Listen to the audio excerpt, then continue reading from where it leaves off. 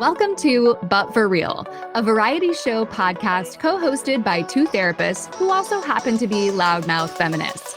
I'm Valerie, your resident elder millennial child-free cat lady. And I'm Emerson, your resident chronically online Gen Z brat. And on the show, we'll serve up a new episode every other week that will take you on a wild ride through the cultural zeitgeist, mental health, and beyond. You'll definitely laugh and TBH sometimes maybe cry a little because this is a silly and serious show. Buckle up, my friends, and let's get into today's episode. Hi, friends. Welcome back. Yay! Here we are. Here we are once again. Yeah. And today we have a guest. This is actually our first guest that is not part of the Gaia Center. So we're very excited. Mm-hmm. Yeah. So Jayne Mattingly is a disability advocate and eating disorder helping professional. She is also the founder of the nonprofit The And Initiative that aims to provide inspiration, advocacy, resources, support, and the gifting of mobility aids to those with chronic illness and physical disabilities. Jayne lives in, I just asked you this and it's right in front of my face, South Carolina, with her husband and pets, one of whom we might get to see. I don't know. I heard you talking to this pet. Yes. And through her personal experiences and in sharing the stories from everyday people, Jayne illustrates that our body has not and will never be against us. Her new book, This Is Body Grief, is where we begin. Yay. Jayne, thanks so much for coming on the pod. Oh my gosh, thank you so much for having me. Yes. Well, and first off, aren't you just beautiful? Like the hair is hairy. It's giving Farrah. Everything. Yes. I'm stunned. Thank you. That's so kind. Oh my gosh. We're so excited to have you just gab with us I know, today. I can't wait. I'm so excited. Now it's time for our first segment, Tea and Crumpets, where we tell you what we can't stop talking about this week. Val, kick us off. What can you not stop talking about this week? What's your truth? So I am often somewhat under a rock, and I came off of a 5-day retreat that maybe I'll share about another episode, and into one night alone in a little hotel room in Seattle. So I turn on Netflix and I'm like, apple cider vinegar. Oh my God. Yeah. So I'm only an episode and a half in. They're an hour long, and I can't remember. There's maybe 5, 6, I don't know, some under 10 maybe of these episodes. But it is about Belle Gibson, who was Miss Fraudstress in the wellness influencer world. So that just has my name written all over it. I love kind of looking at all of the problematic aspects of the wellness industry. So I am loving it. And I'm like, can we stop recording right now and just watch it together? Yeah. So hopefully I will finish that this weekend. Highly recommend. What about you, Em?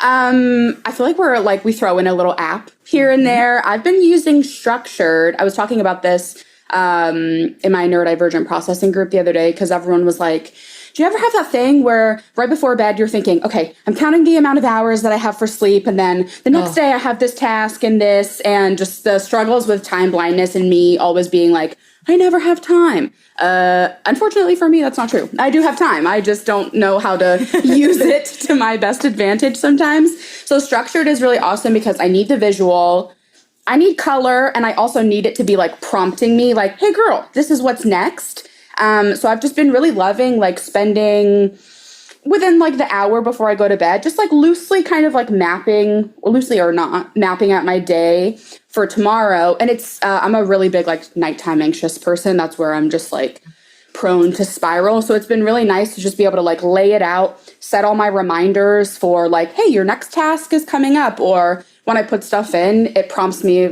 you have 20 minutes here, you have 2 hours here, you have 30 minutes here. And so I'm oh, I actually have way more time than I think that I do. And there's a premium, but I'm not even paying for the premium. I'm just doing the free. And it's really nice to kind of map everything out.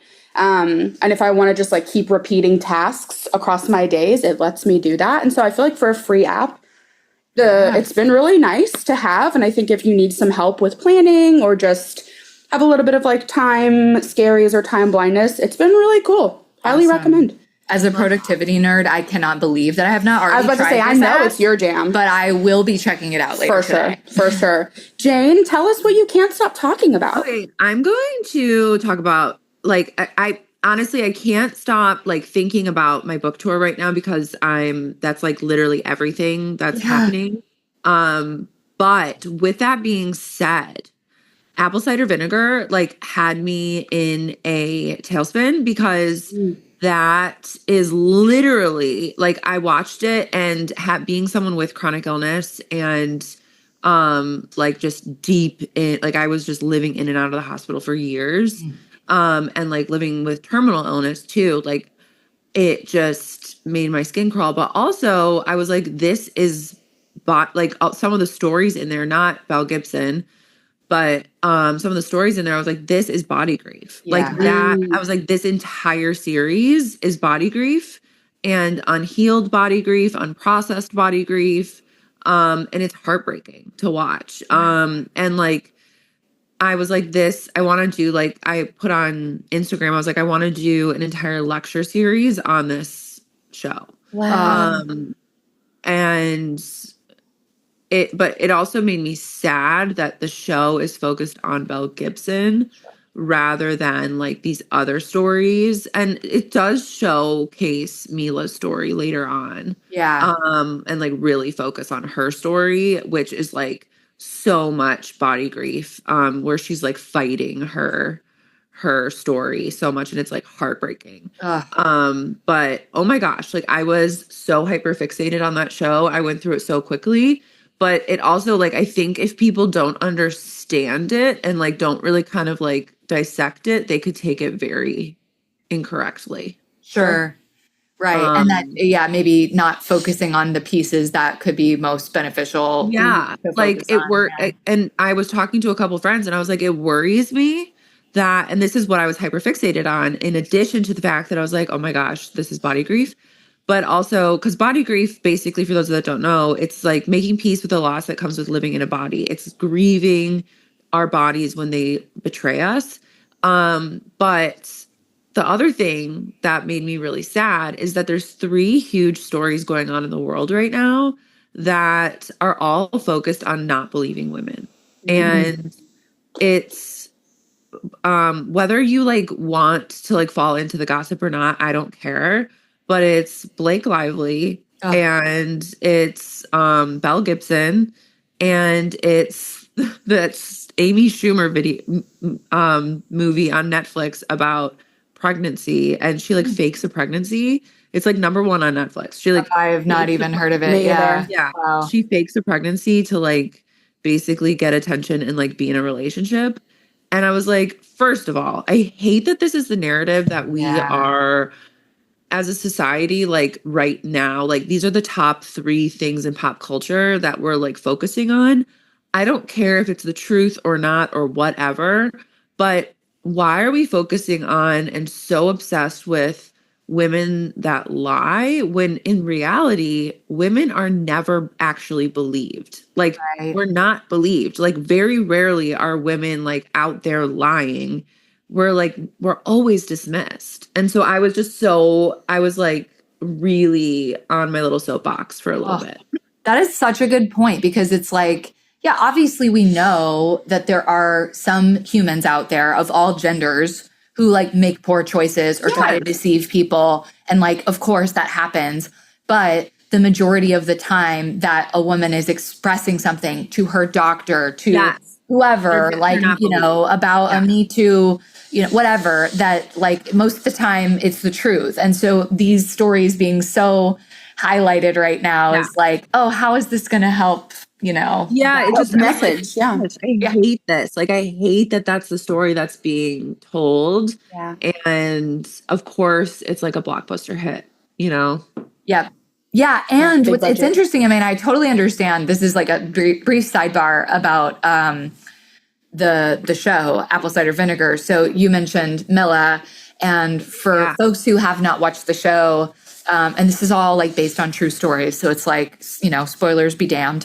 But there's, you know, this character who is going through her own real cancer experience and the body grief of like, am I literally willing to lose my life potentially to not have to, you know, lose my arm?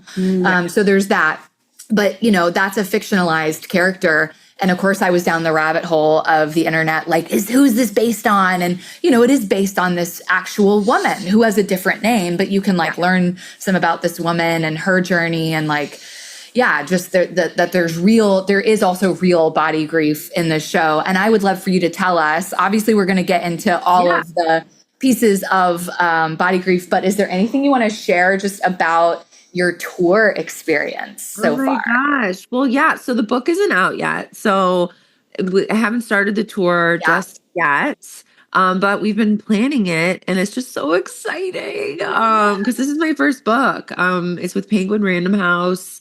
And I will be doing, you know, a pre-order event here in Charleston, South Carolina, and then a couple events in New York, and then an event in Chicago, and then we'll see what comes from there. Amazing. Yeah, it's just really, really, really exciting. Yay. Now it's time for Step Into My Office, where you get advice from your favorite professionally qualified, personally peculiar therapists. So this is our letter today. Dear M, Val, and Jayne, my preteen daughter is going through puberty and just got her first period. I've always been open with my children about bodily changes and sought to provide them with correct information and reduce shame about our bodies, yet my daughter is really struggling with it. Not only am I experiencing my child feeling sad about her body changing faster than some of her friends, I'm also reminded of how I felt the exact same way when I started puberty before most of my peers and how lonely and humiliating it all felt.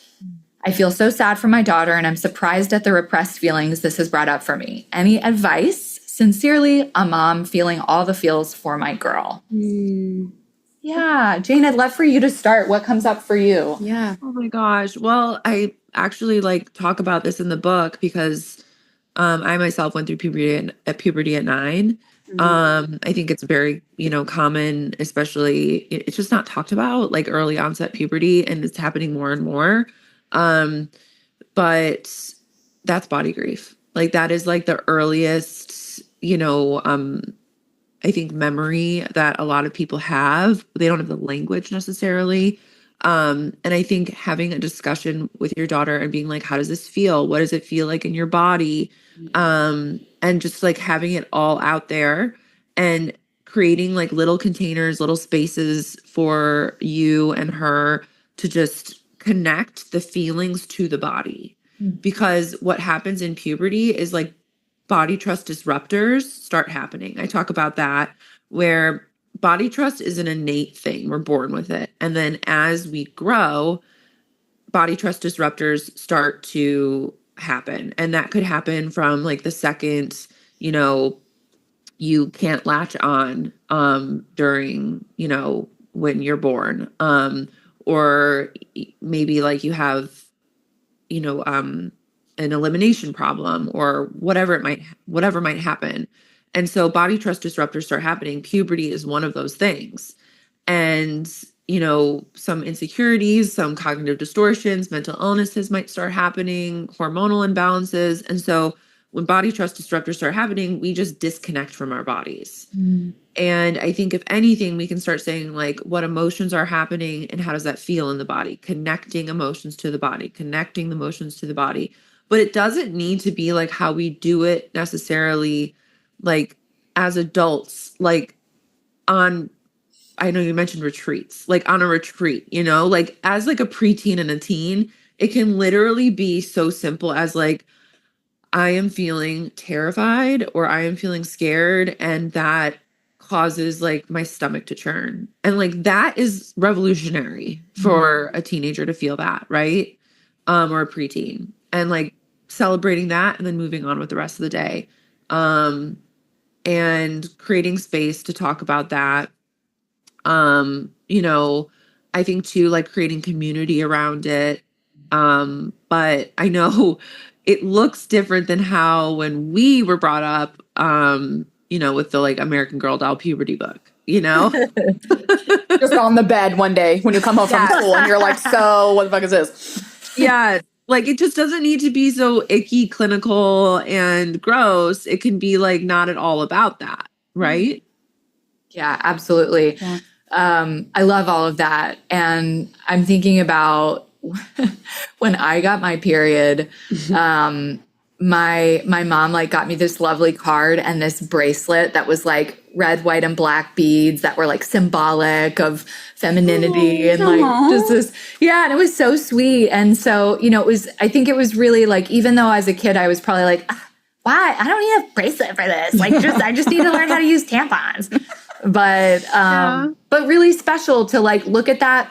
I think if we can honor that, yes, this is like a rite of sort of passage to be celebrated. And because our culture is the way that it is, and because that transition is confusing, that there's all of this kind of baggage that we might encounter with it, and just like holding space for that. Yeah. And really big kudos, like with everything for this young girl, and also for mom of like, I'm feeling this and I'm really trying to bring in the correct information, and I don't want my daughter to feel shamed. And also I'm like a grown adult and like having my own like feelings of remembering what it felt like. And I think we can look at that from so many different perspectives, like parts, like that preteen part of you that flared up in this moment alongside the real life living of your daughter going through this.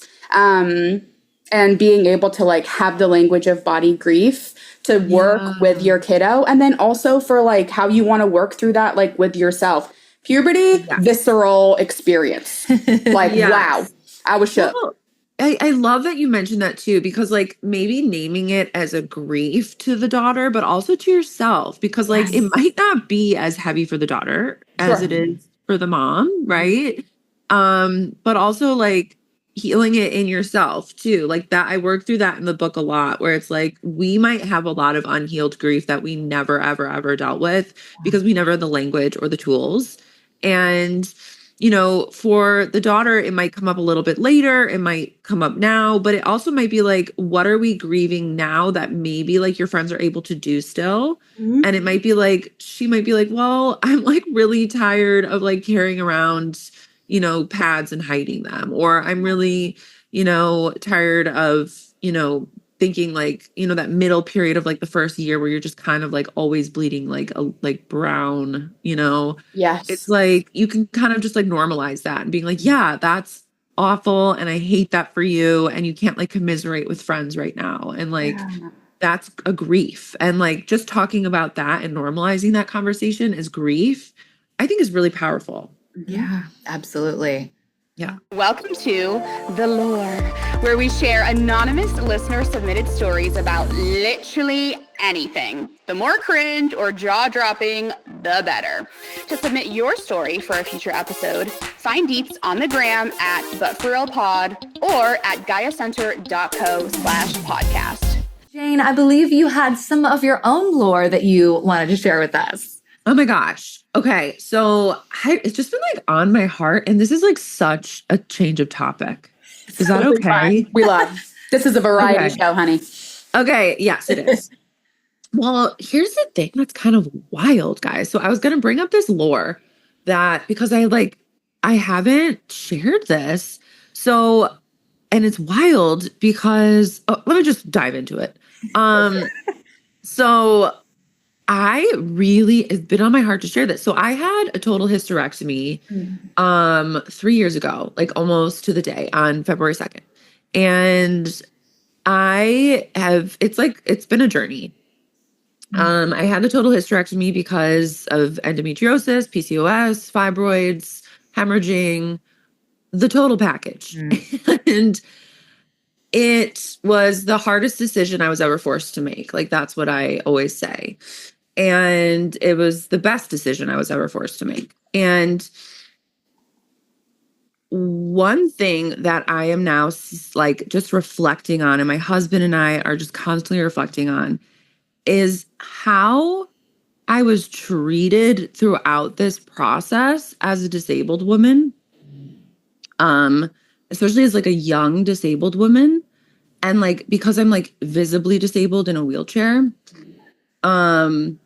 I was not given any post-hysterectomy knowledge. And so post-hysterectomy, I literally like, so they found precancerous and cancerous cells once they took out my uterus.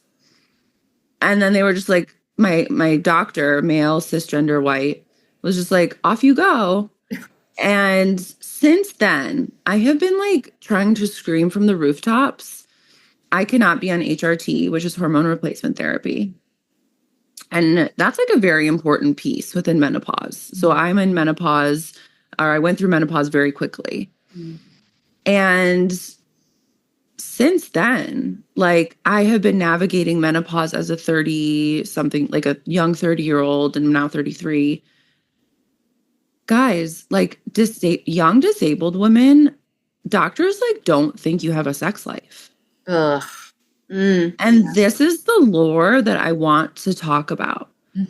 I still can't believe it. Like I was just sent on my way and they were just thinking like, she no longer has a uterus. She's no longer as in use with. Why would you have sex? Yes. Like the grief that is still coming up, like it's just constantly with me.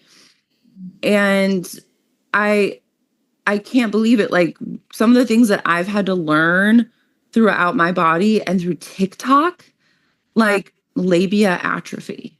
Yep. Like what? That was never in the pamphlet. That wasn't in the pamphlet. And like, why isn't that in the pamphlet in 5th grade? Like, that's what I want to know, you know? Why aren't we prepared for this? You know, like that you might like lose your clit. Right. Like, I want to know that. Like, and like, why are we scared to talk about that? Why is that? Like, that's a very important part of the female body. Yep. Sure. And so like this lore of like disabled humans having a sexual autonomy is like so important to me, like so important to me. And it makes people so uncomfortable to talk about. And I don't know why. Yeah. And so last night I was thinking about discussing this on the pod, and this has never happened before. Like I have never, ever seen this. I go to a really amazing hospital here in Charleston. My husband and I were watching TV, and no other than my OB-GYN surgeon was on a commercial. Whoa. And I literally like had trauma. Like I was like, there it was. Like the man who took out my uterus, cervix, and fallopian tubes and ovaries was just like, this is why I think HRT and menopause is so important for women. And I was like, what is happening? I was like, I have to talk about this on the pod. Like it was just like a sign to spread the word about not losing your clitoris. Yeah. Yeah. And I mean, it seems like menopause is something that maybe in certain ways is finally being talked about more. Yes, like there's all these books coming out, and I'm just like, you know, like, better start looking at that. Yeah. It's coming for me. So I'm glad that it's being talked about more, but still like it's not very mainstream. And certainly when you add that element of like disability, when it's disability or early onset, you know, all of those things. I have to plug, I keep gabbing about Emily Nagoski's newest book, Come Together, which is sex and long-term relationships. And there's a great chapter in there about sex and disability and like interabled relationships. And like, it's so beautiful how she shares some of the, folks who like some YouTubers who are really big in that space. And it's just like, can we talk about how like, it's not weird that people with disabilities are having sex? Like, why is this a thing? Yeah. It's wild. It's wild to me. And also like, especially being newly disabled, like, you know, me and my husband, like we met each other 12 years ago and I've only been disabled for 6. And so it's just really wild to me that all of a sudden, and that body grief is so real and so heavy. So, and we're in an interabled relationship, and I'm like, the fact that people and non-disabled people think, including doctors, think that, you know, they're immune to disability is a wild concept to me. Yep. And now it's time for the DSM. In our DSM, All varieties of dysfunction, spiraling, and meltdowns are welcome. In this segment, we break down complicated concepts and common misconceptions about mental health, well-being, and tell you what we really think. Today is kind of all about the genesis and the collective experiences of body grief. So, Jayne, please share a little more about your personal journey of body grief that led you to develop this movement and write this beautiful book. Yes. Oh my gosh. So, I had an eating disorder when I was 9 years old until I was about 22. That went completely under the radar, undiagnosed, dismissed, which is very common, as we know. And once I was diagnosed and started getting help, I was lucky and privileged and went through recovery, and was motivated. I didn't have, a lot of roadblocks. Again, very privileged in that. And I wanted to make my, problem into my purpose, into my passion. A lot of internalized capitalism in there, And I was a self-proclaimed doer. And so I really leaned into that. And I went and got my master's in clinical mental health counseling. And I specialized in eating disorders and grief. And I started working with clients with eating disorders and started to really see everything through the lens of grief, really. Change is grief. Everything is grief. All the things. And I started to be like, wow, everything that clients are talking about is they're grieving their bodies. They're grieving the loss of something, all the things. And so we started working through that lens. I started also, working with other helping professionals, helping them coach in supplemental forms with their treatment teams. And I started doing events at yoga studios and bar studios. And I started screaming from the rooftops, work out and love your body for what it can do, not for what it looks like. And I was like, yeah, I know everything. And so then I was at a bar studio tucking my little heart away, the air humping thing. And I lost my sight. I just went blind. Wow. And long story short, I went to the hospital and they completely dismissed me. And I was very sick. I was very, very sick. And we went to a lot of hospitals and specialists for a while. And I finally was taken seriously and admitted to the hospital. And they were like, you have a brain tumor. And then it turned out I didn't have a brain tumor. I had what's called intracranial hypertension, also known as pseudotumor cerebri.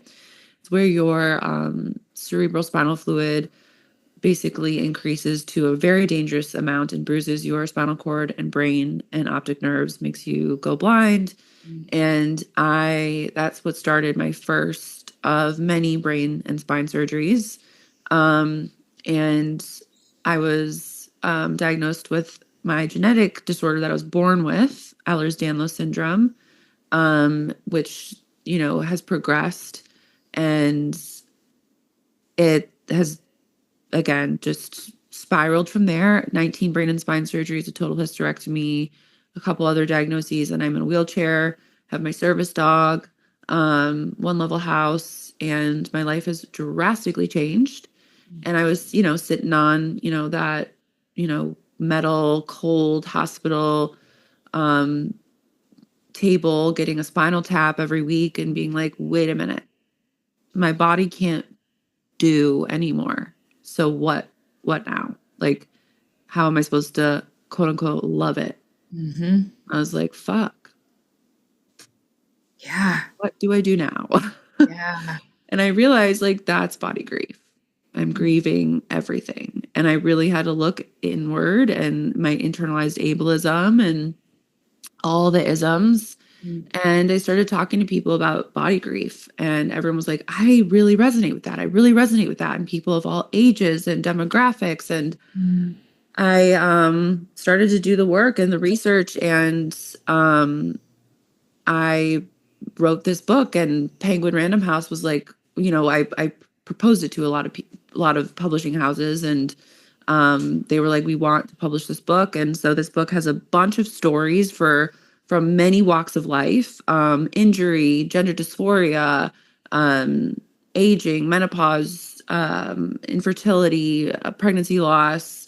I mean, like literally you name it, it's in there. And interwoven is my story, but there's 7 phases of body grief, nonlinear, multi-cyclical, and, you know, just ways to like help you move through those phases of grief that you've already been in. You just didn't know you were probably in them. And yeah, that's like my really long-winded story in like a 5-minute version. Wow.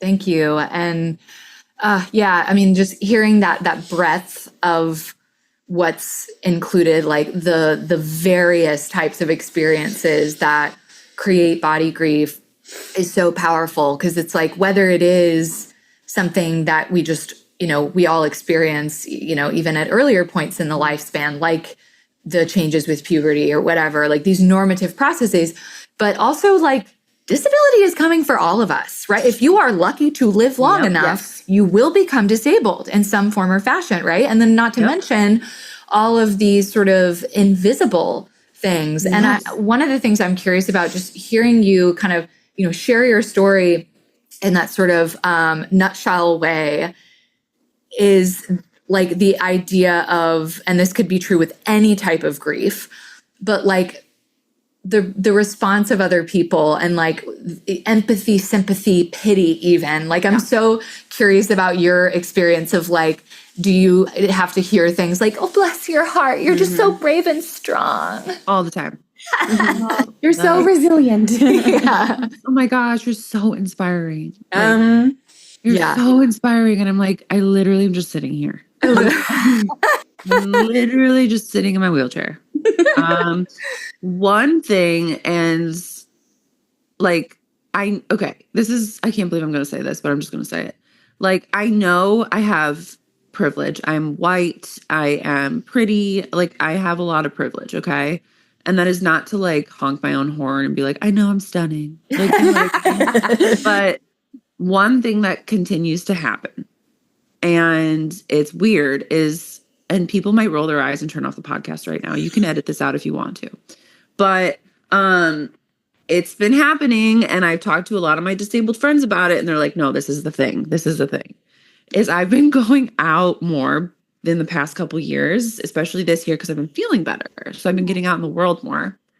I'm just like existing. Like I'm just like in the streets, rolling across the street. I'm in the streets. And with my service dog, and people are like coming up to me and being like, you're beautiful. I'm like, thank you.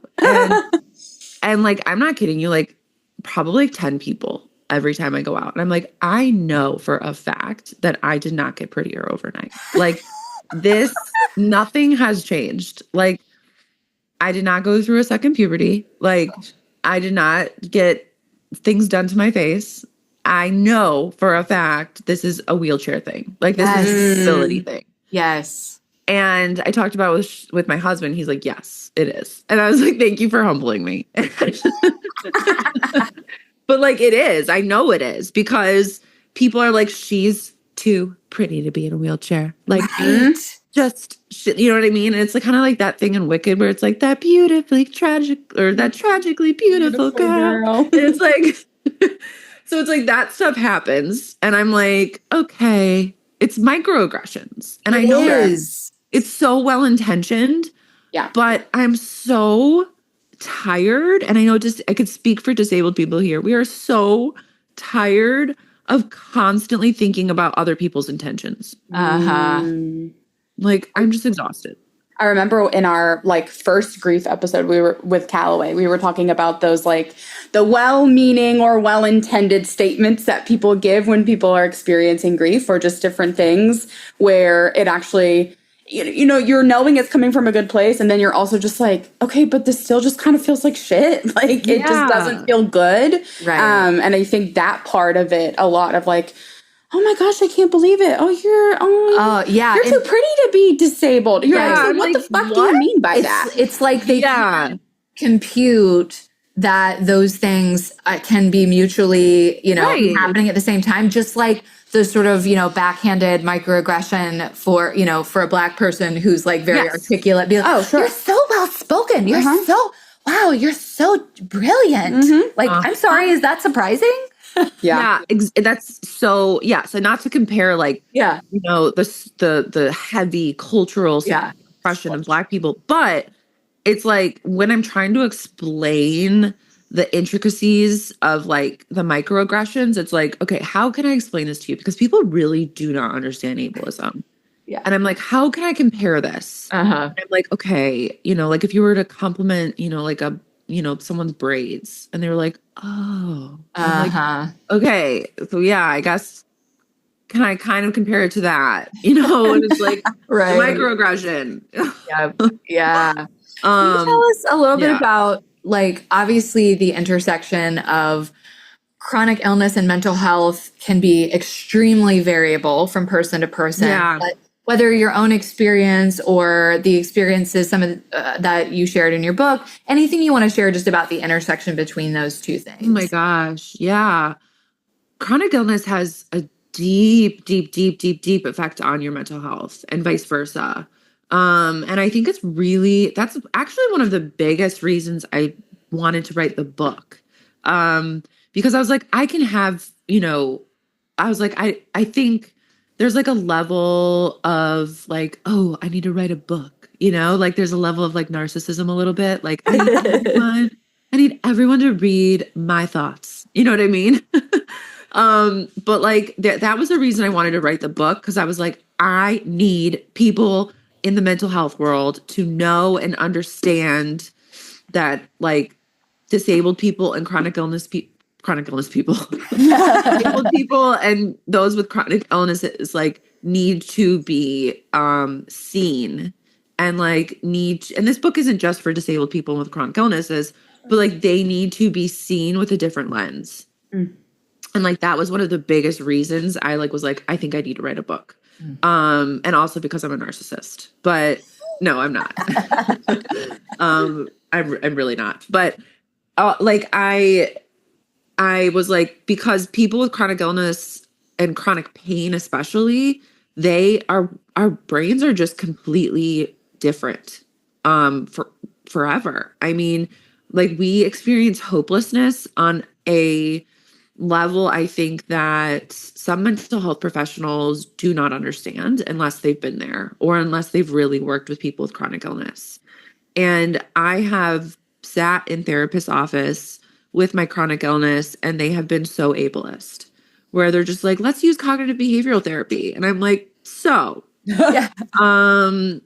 can't reframe the fact that I'm dying, or I can't, reframe the fact that, I'm, slowly, my body's slowly deteriorating, and, there's radical acceptance, which I love, but also when someone has like serious chronic pain and acute pain and you're living in and out of the hospital, you're going to be living with like some steady suicidal ideation at times. And we want to be able to open up to our therapists without fear of like carceral treatment. Yeah. And that's where body grief comes into play, where it's harm reduction and it's compassion and it's kindness. And like there is this like deep connection between grief and chronic illness and mental health. And that's a big reason why I wrote this book. Yeah, I really love how you framed with grief. You've, framed for us how you define body grief in its statement and in action. Can you tell us a little bit about how you differentiate that from other kinds of grief that people experience? Yeah, I mean, well, Kubler-Ross's stages of grief were made for the dying, which I think more and more people are aware of now. But for a long time, I don't think they were. I think those stages of grief were used for like everything. And now I think people are now figuring out that grief is fluid, like it's fluid, not fluent, fluid. And, we're learning how to just like grieve a little bit, like it's an ebb and flow. But I don't think the average person in Western culture is actually literate in grief. I don't think we know how to grieve. And so, if anything, body grief is going to help you with any type of grief because it's helping you like process your emotions. It's helping you feel your feelings. It's helping you connect with your body. And then if you lose a friend, if you lose a job, if you lose a pet, it's going to be like, okay, I can tap into my body. I can feel my feelings. And so it's going to help you navigate other grief too. But each grief hurts just as bad. That's the thing. But body grief is its own thing in that like it's happening to you, it's happening in your body, and it's very, very, very personal. But the thing that's very similar about other grief is the antidote is community. And isolation like is painful, and it probably feels good to isolate because it like festers, but like community is really important. Yeah. Beautiful. Okay, I'm skipping around a little bit just for the sake of time on our little notes here. Curious how you view body grief as distinct from or overlapping with concepts like body positivity or body neutrality. I mean, you kind of spoke to that, like how your previous self was envisioning that versus now, but anything else you want to say about that? I've learned so much about this throughout the years. And I've changed my perspective on it throughout the years on Instagram. And,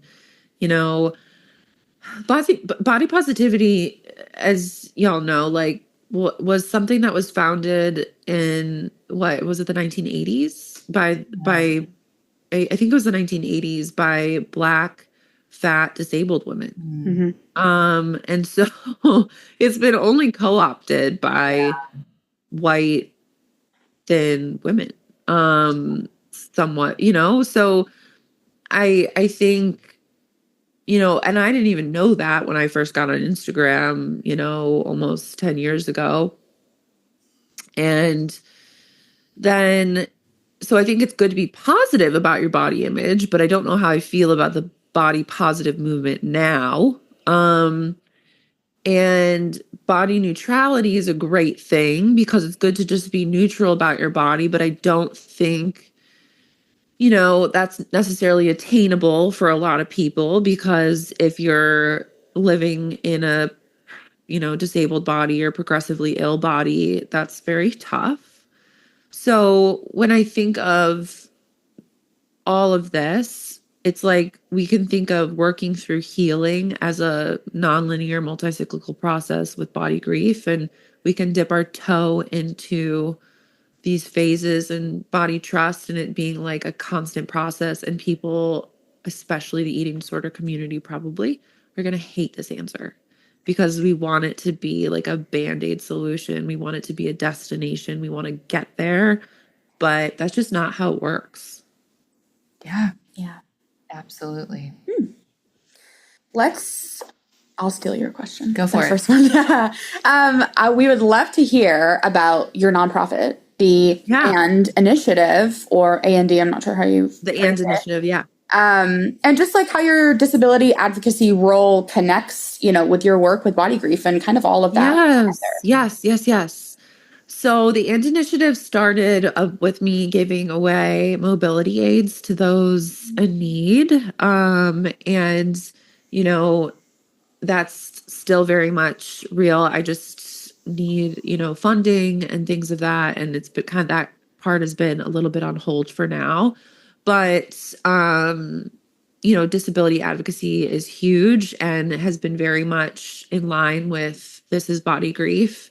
Things like right now, Section 504 in the United States is being challenged in 17 states, which is just like a basic human rights violation.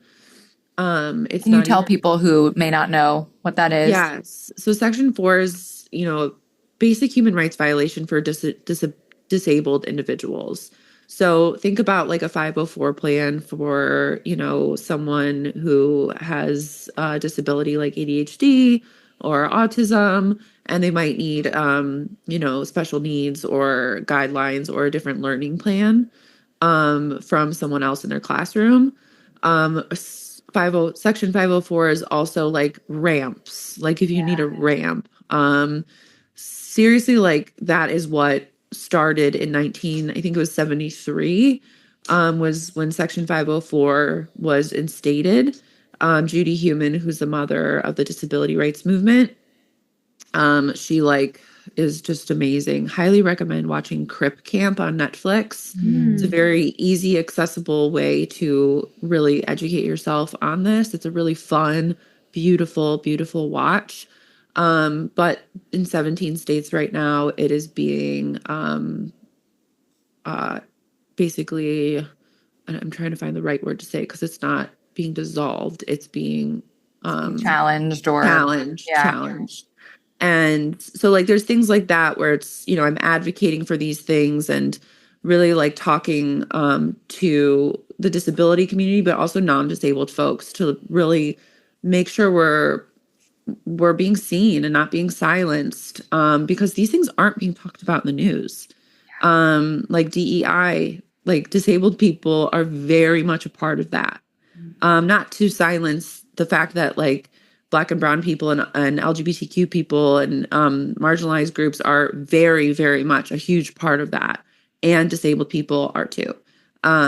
So, you know, just constantly trying to be a voice for disabled people. Yeah. Can you share one or two of your, and I'm sure, you know, people can read much more in the book, but one of your go-to practices or skills that you encourage folks to explore when they're navigating body grief? Ooh, yeah. There's so many. And I want them to be accessible, right? Like things that you don't have to go out and buy or do. You know, I think one thing that is important is like when we think about joy or gratitude, I think it's easy to think, oh, we need to feel so much better. We need to feel 100% better. But in the book, I talk about, I'll just share a little nugget here, feeling 1 to 5% better. Mm-hmm. So you don't have to feel, you know, all the way better. So if you focus on just like, what will make me feel just 1 to 5% better? Yeah. If it's a shower, if it's, you know, your favorite liquid IV, if it's whatever it is.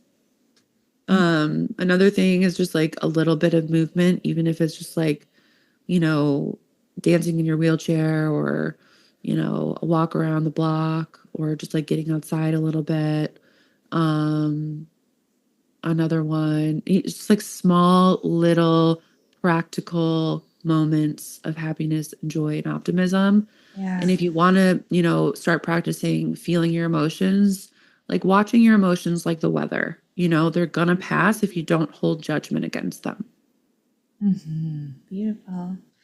Yeah, just kind of in our closing, I wanted to just share this little blurb. And then our last question, you wrote in the introduction of Body Grief, your book, quote, "Our bodies can always be trusted, and they are always on our side.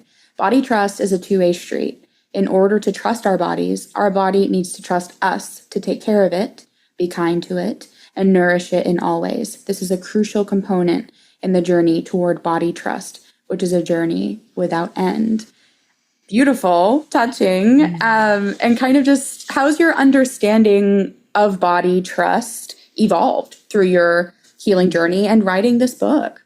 Oh my gosh, it's evolved a lot. I used to think that I couldn't trust my body at all. I used to think that my body was completely against me. And now I think I've learned that body trust is something that is constantly with you and it builds and grows as you grow. Beautiful. Okay. But for real, body grief is something that we all will experience at various points throughout life.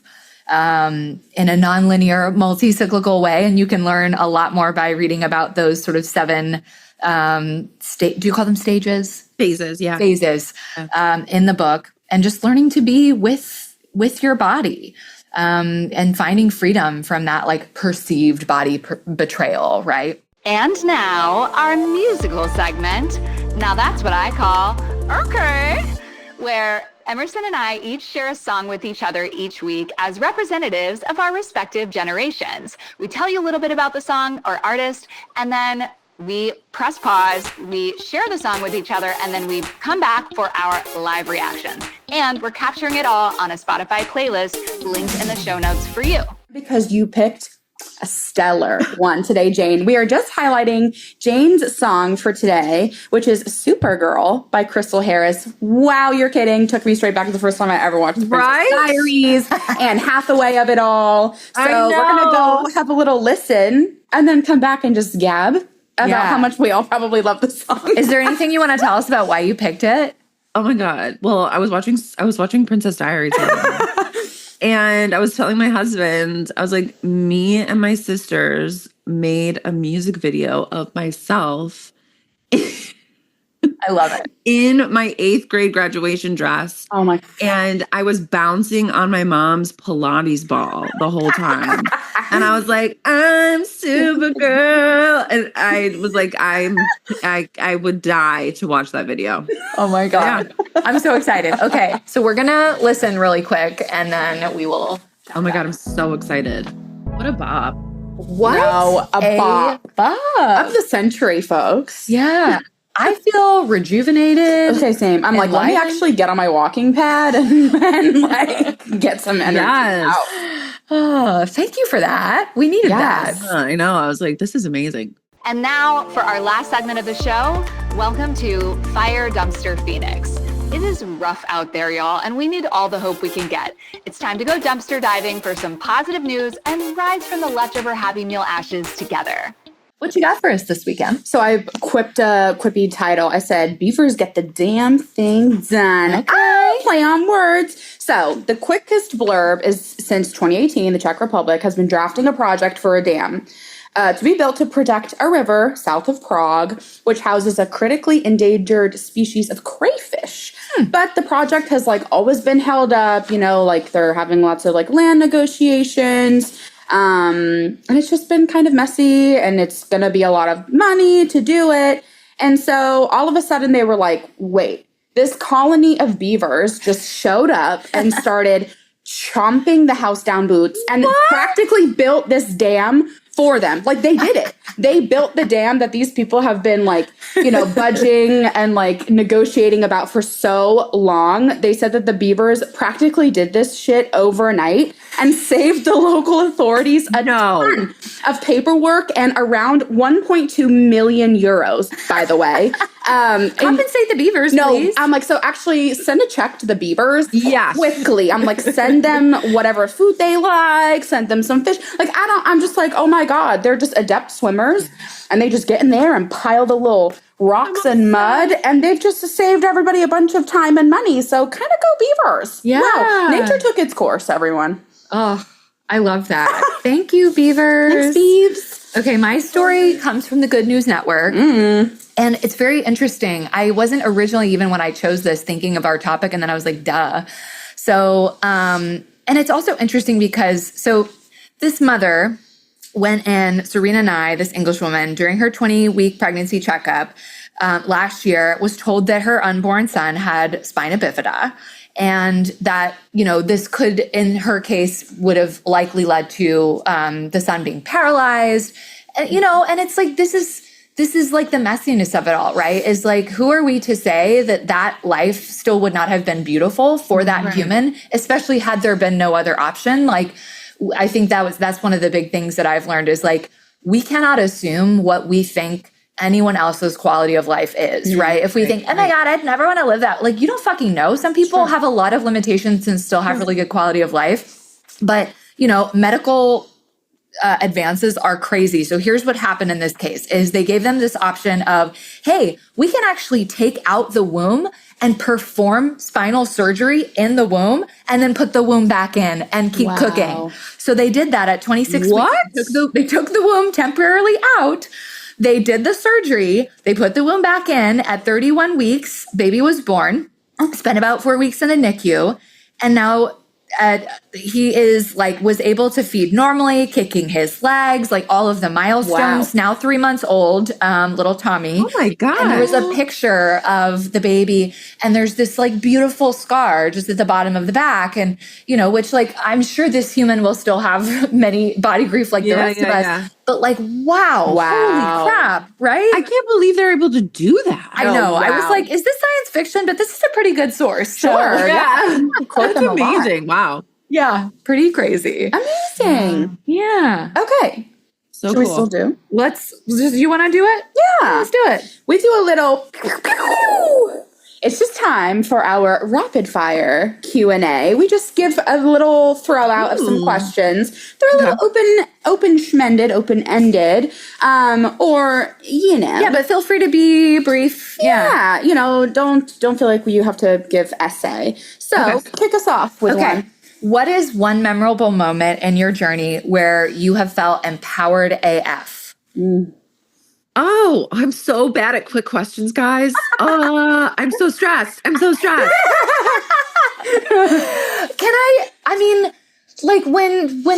the publisher said yes, we want yes. That was a big one. I felt so empowered. Okay, that was a big one. So I was getting my hysterectomy, and I was in a bidding war with publishers. That was all. Okay.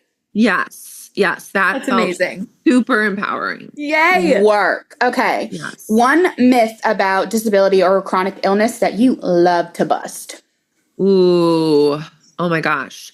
That wheelchair users can't use their legs. Oh, yeah. Good one. I think it's 80% of wheelchair users can walk. Okay. Yeah. And what is your top non-negotiable daily self-care practice that you would be useless without? Oh my gosh, all of them. I'm obsessed with my self-care routine, and I have so many of them. I love it. My skincare routine, and my coffee routine. Ooh, I love it. Coffee routine. All right, what's one truth you have to remind yourself every day that helps you stay aligned with your values? Ooh.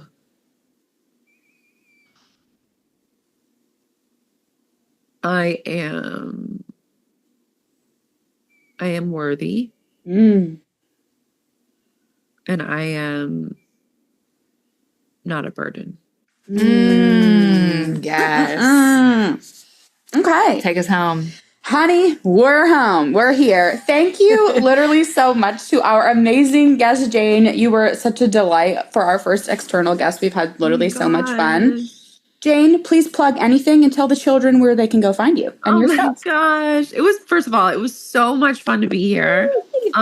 Please buy my book. This is Body Grief. Look how beautiful. So beautiful. Oh my gosh. My book. You can buy it anywhere books are sold. There's an Audible version. And you can find me on Instagram, Substack, on my website, JayneMattingly.com. And if you have any questions, please just DM or email me. I answer very quickly. And you can also get the book at your library.